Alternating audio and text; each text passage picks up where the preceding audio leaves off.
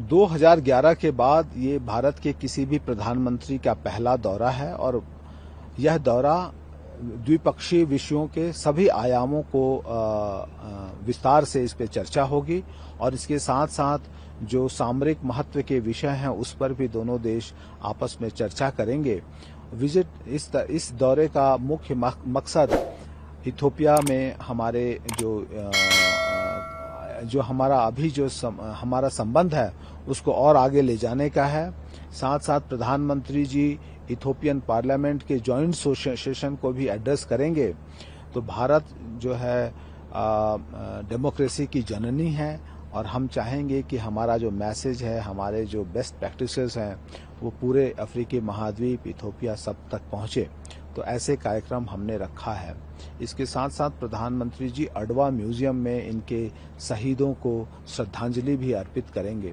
तो इस दौरे के दौरान आप ये पाएंगे कि हम दोनों देशों के संबंधों के सभी आयामों को पे चर्चा करेंगे और उसको सार्थक और आगे बढ़ाने के लिए जो रणनीति होगी उस पर हम विचार करेंगे। ये जो विजिट है सर, कितना लॉन्ग स्टैंडिंग है between the diplomatic relations between India and Ethiopia?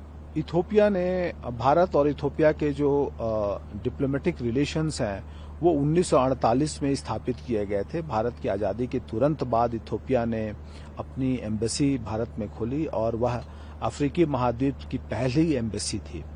तो निश्चित तौर पर आप इससे देख सकते हैं कि हमारे संबंध कितने पुराने हैं और कितने मजबूत हैं। तो निश्चित तौर पे दोनों जो देश हैं उनके जो डेवलपमेंटल एजेंडा है सेम है।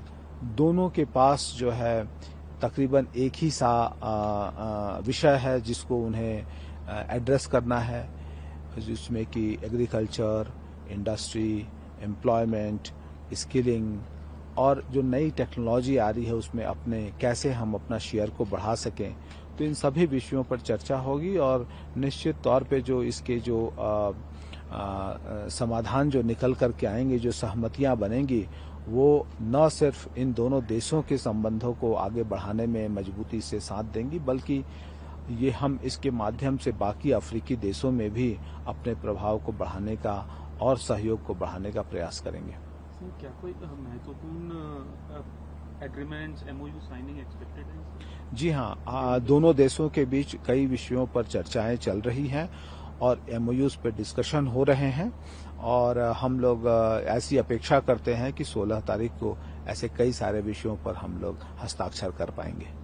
बायलैटरल कॉर्पोरेशन को देखा जाए तो उसमें स्पेशल फोकस क्या education, health, defence, agriculture, digital technology पे?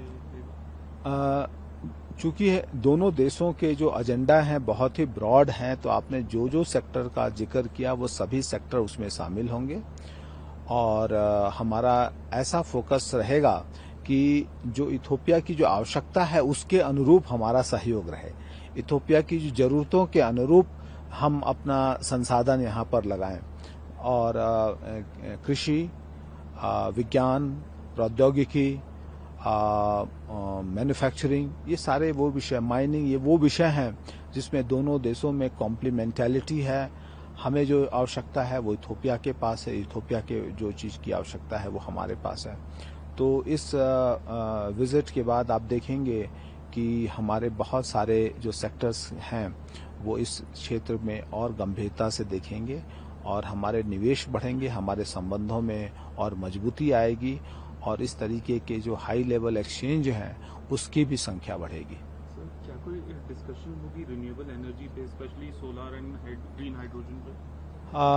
आपको ये बताते हुए मुझे एक विशेष खुशी है कि इंटरनेशनल सोलर अलायंस के माध्यम से भारत बहुत सारे ऐसे प्रयास इथोपिया में कर रहा है जिसमें कि जो जनसंख्या ऑफ ग्रिड है उनके लिए स्पेशल सोलर बेस्ड सॉल्यूशन खोजे जा रहे हैं।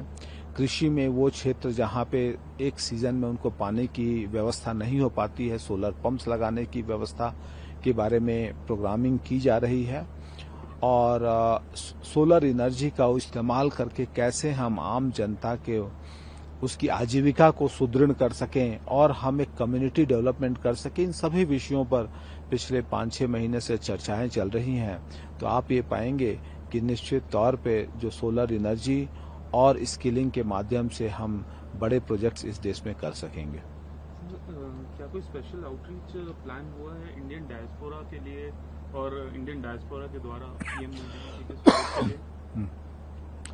2,500 भारतीय इस देश में रहते हैं और सभी भारतीय बहुत उत्सुक हैं। साथ में एक बड़ी इथोपियन जनसंख्या भी है जिनका भारत से बहुत लगाव है, भारत से बहुत जुड़ाव है। ये सभी लोग मिल करके माननीय प्रधानमंत्री जी के स्वागत में बहुत सारे कार्यक्रम करेंगे। 16 तारीख को जब प्रधानमंत्री जी का आगमन होगा, उसमें नृत्य है, श्लोकों का पाठ है और कुछ जो उन्होंने विशेष रचनाएं की हैं वो भी जो है वो प्रधानमंत्री जी के सामने रखेंगे।